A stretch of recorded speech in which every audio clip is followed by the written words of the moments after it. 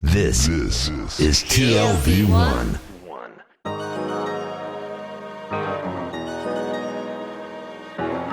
The Tel Aviv Review with Gilad Halpern. Hello and welcome to the Tel Aviv Review, a program dedicated to the word, to the thought and to debate, brought to you by the Van Leer Jerusalem Institute, which promotes humanistic, democratic and liberal values in the social discourse in Israel. I'm your host, Gilad Halpern, and every week I'll be engaging in close encounters of the intellectual kind with writers and scholars, or simply people of ideas, of all types and vocations, who have done something to make our lives a tad more interesting.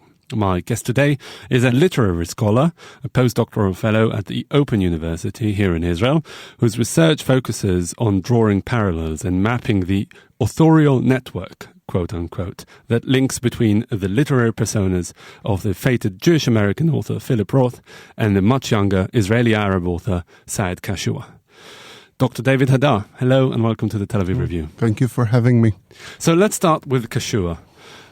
He's not really the archetypal Israeli-Arab writer by any stretch of the imagination, is he? Well, there isn't really an archetype. There are about 4 of them, each of them unique. He's certainly the most commercially successful one. He's not the most admired one. That would be Anton Shamas, who wrote 3 books of poetry and 1 novel that was extremely successful among literary scholars and among some critics. It was quite, for a literary novel written in very high literary Hebrew with a lot of postmodern plot twist, it was quite a commercial success.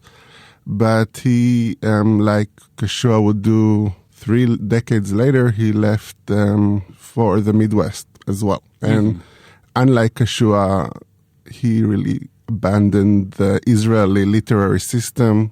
He translated some works from Arabic to Hebrew, but did not continue writing in Hebrew. And of course, Kashua's public appeal, also stems from the fact that he writes a weekly column for Haaretz newspaper. Yes, he's very present, and even after leaving Israel, he continues to be part of Haaretz every week. I don't know how many of my listeners will appreciate the pun, but when he left the land of Israel, the state of Israel, I asked, is he leaving just Haaretz or actually the newspaper Haaretz? Meaning the land. The land. But the fact that he is of Palestinian lineage, he was born in Tira, which is an Arab town in the center of Israel, and rose to be part and parcel of the Israeli literary establishment is quite remarkable in and of itself, not only thanks to the fact that he writes in Hebrew, and only in Hebrew. Only in Hebrew, and he says of himself that he cannot write in Arabic, that Arabic is too complicated for him, literary Arabic is too complicated for him. He did his high school in a Hebrew-speaking high school, a mixed high school near Jerusalem. He did his university studies at the Hebrew University. So, in a way, in terms of literary language, Hebrew is his first choice. It's not that he, somebody like Nabokov, could write in Russian and then moved over to English for his own reasons, but he says, I really do not have a choice.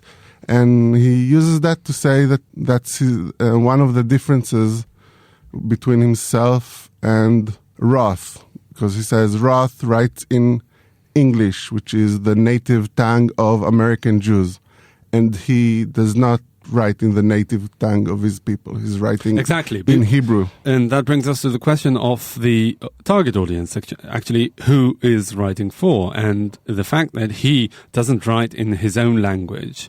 And, we cannot overlook the fact that Hebrew and Arabic, the language issue, is very politicized given the conflict, etc. He's basically writing in the language of the enemy. That's exactly how he calls it, with some irony, because obviously it's also his language. You said it's not his language, but it's also his life. What I'm That's saying part is, of the political stance. What I'm saying is it's a sure recipe for a grave identity crisis. Indeed, and he makes a lot of his subject is this identity crisis. And he also got a lot of heat for airing the dirty laundry, which is exactly the kind of heat Philip Roth got in the 50s and 60s from his Jewish public, writing in English, which is both the language of American Jews and the language of American Gentiles, who are not always pro-Jews, some of them. But is that because Philip Roth also had some sort of identity crisis in his writing? Did it transpire in any way? Or was it only the controversy that ensued? It's a very different identity crisis. The Jews in America were not at war with the Gentiles in America, while some or many Palestinians see themselves at war with Israeli Jews. It's a very different identity crisis. But asking, am I first an American or am I first a Jew? What does it mean to live between these worlds? And asking maybe the best way to be an American is to be a Jew. That's a question Philip Roth has been asking even before the controversy.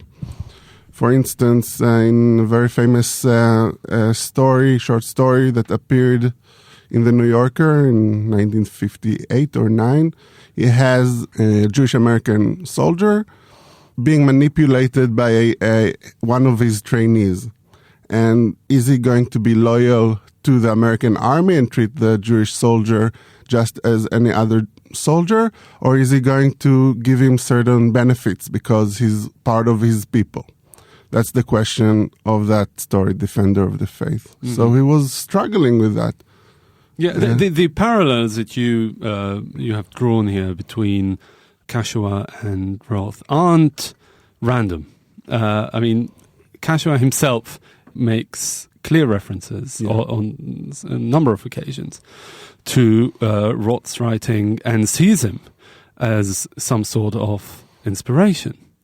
Yeah, indeed, in my own research, I'm much more interested in asking why would Kashua explicitly link himself to Philip Roth than just saying, yes, there are some similarities between them, or saying, yes, he was influenced. In a way, that's not that interesting in terms of advancing literary studies from my point of view. But I am really curious about what it means for one author to affiliate himself or to link himself in such a public way in a national column to another writer. Usually people talking about influence talk about how authors might want to hide their influences to seem more original. Mm-hmm. So it's curious for me why he brings himself into a position where he is Roth's student. Is this what underpins the concept of authorial network? Yeah, at least my take on it is that this explicit identity building moves, not so much who influenced whom in the use of language or metaphors, things like that other scholars talk about, but these explicit, almost manipulative uses of other authors. That's what I'm interested in. Mm-hmm. I would like to spend some time on Kashua's being influenced by Roth. Does he see himself as some sort of a new Roth? I don't mean, in a pretentious way, but does he see himself as having been cast into the same sort of position as Roth back in his day? I think he sees himself very explicitly as experiencing very similar reactions, so he can learn from Roth how to relate to people criticizing him for airing the dirty laundry. And in fact, in the column that he presents in the newspaper, he doesn't tell us what Roth's reaction to his question, how do you deal with these people? And in another interview I just saw, he says, Roth told me I didn't do anything, they just died. That was Roth's solution. So he didn't have any good solutions for Kashua, who complains that his worst critics are younger than himself, who want him to be more radical, which he refuses to do. By the way, did they ever meet, or was it all made up? No, because Kashua's columns, and this is something that cannot be overemphasized, they're always somewhere between the autobiographical and the imaginary. It's you never know whether they're all very reflexive, but you never know whether it actually happened, or is it some sort of it took some sort of poetic license there. Yeah, especially in the way he characterizes himself and his reactions to the events. On the other hand, it's in the newspaper. So unless it says in big letters fiction, you expect it to be related to the truth.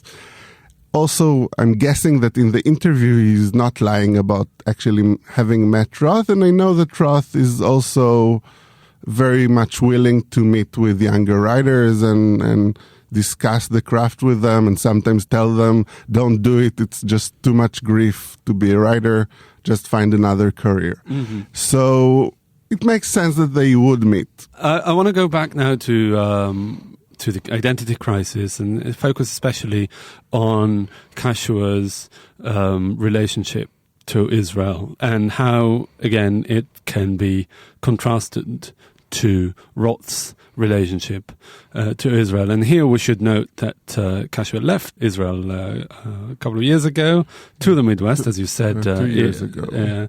In the beginning of this conversation, and has been writing since about being away and wanting to go back and not entirely. And again, it feeds into that unresolved identity crisis. What can you say about how the role that Israel plays in both their works? I wouldn't compare their relations to Israel. Maybe I would compare the way Roth relates to the U.S. and the way Kashua relates to Israel. Maybe. But, okay. Kashua is obviously very, very ambivalent about Israel. On the one hand, it's his homeland. He's connected to it. His whole lineage have been living here for hundreds of years, if not more. His family is here.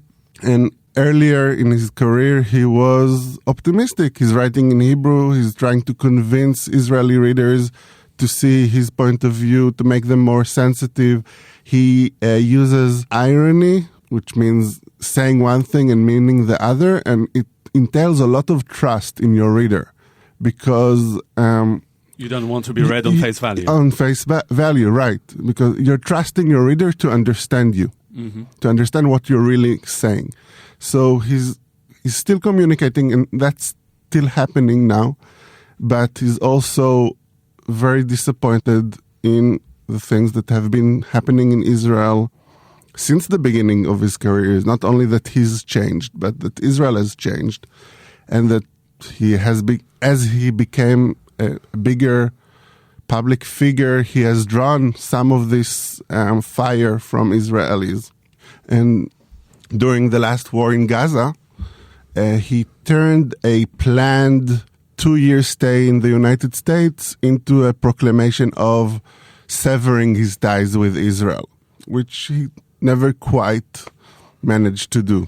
Mm-hmm. So he's in a very strange place. He's not happy with the United States. He's a stranger there. You can imagine that.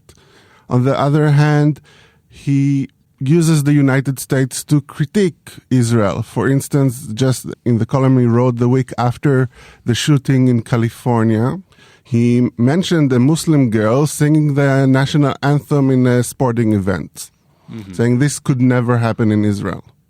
So he's using these dreams of American freedom to critique Israel. And what about Roth? And Roth, he's a very patriotic American, but still Israel is important to him.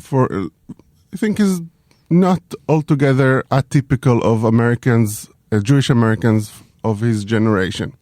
Supporting Israel, but not at the price of giving up their life in America, and not even saying, no, it's nicer here, so we're staying, but he at least thinks that America is a good ideological solution for the Jewish problem.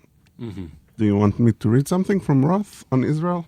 I picked something from a book that very few people read today. It's from Deception from 1990. And he's talking about how infuriating his father is. This last summer, he got all riled up when one of my brother's kids decided to marry a Puerto Rican.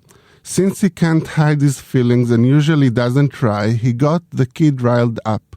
And then my brother got angry and he called me. And so I got into the car and drove down from Connecticut to New Jersey. When I got there, he started in with me about it. I listened for about half an hour and then I said that maybe he needed a little history lesson. I said, your father, at the turn of the century, had three choices. One, he could have stayed in Jewish Galicia with grandma. And had he stayed, what would have happened? To him, to her, to you, me, Sandy, mother, to all of us. Okay, that's number one, ashes, all of us. Number two, he could have gone to Palestine. You and Sandy would have fought the Arabs in 1948, and even if one or the other of you didn't actually get killed, somebody would have lost a finger, an arm, a foot, for sure.